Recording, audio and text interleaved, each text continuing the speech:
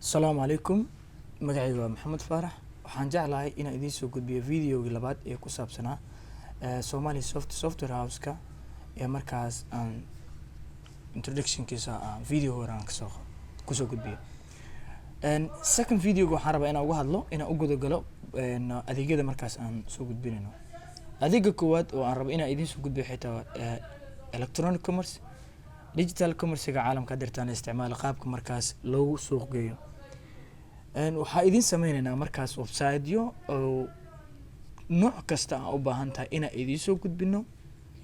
qofka u baahan adeeg website in loo sameeyo waxaan jeclahay in markaas uu nagala soo xiriiri karo goobaheena social media ama website-ka Somali Soft.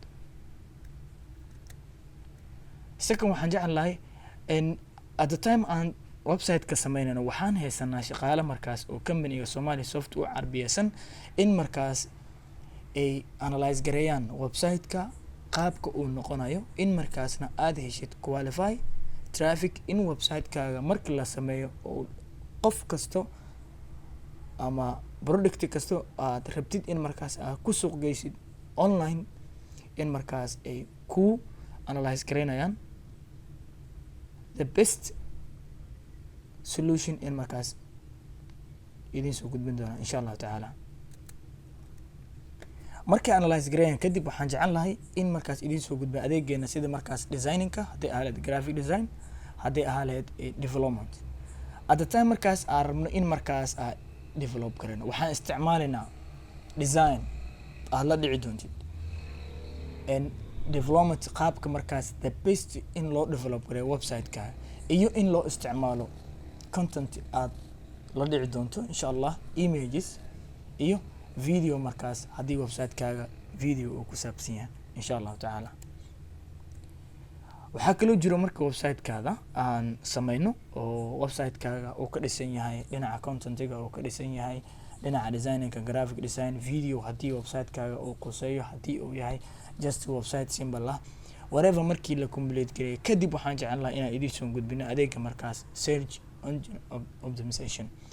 so website-kaaga markuu sameysay waxaa u baahan tahay in markaas traffic ay heshid. traffic-gana waxaa ku heli kartaa waxay tahay istiraatiijiyadan in la isticmaalo sida markaas aad ku heli lahayd ama aad ku soo jiidan lahayd customer-kaaga, in markaas aad isticmaasho istiraatiijiyadan ee ah search engine optimization. okay, waxaa la isticmaalaa markaa rabtid adeegan listigan aan u jeedno meesha dartaan ka muuqdo. istiraatiijiyadan waa on page iyo off page. mostly waxaa la isticmaalaa on page iyo off page. meeshan waxaa uga jeedin waxay tahay on page, off page waxaan jeclahay insha Allah taala next time inaan idiin soo gudbiyo.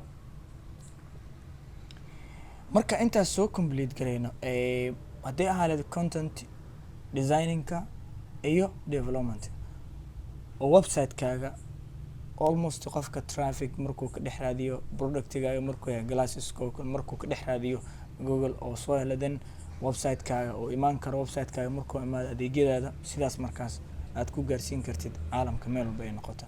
then waxaa u baahan tahay inaad heshid adeega markaas social media.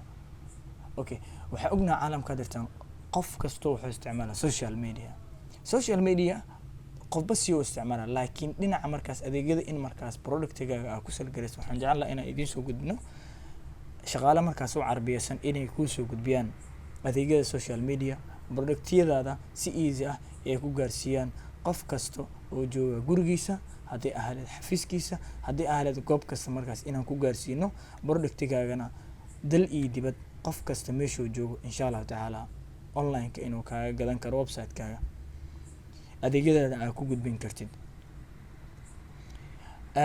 inta meeshaas markay marayso waxaan rabaa inaan idiin sheego adeegyadiina waa ay badan yihiin. waxaa ka mid ah mobile application-ka in markaas mobile application development haddii ahayd Android ama iOS inaan idiin soo gudbino.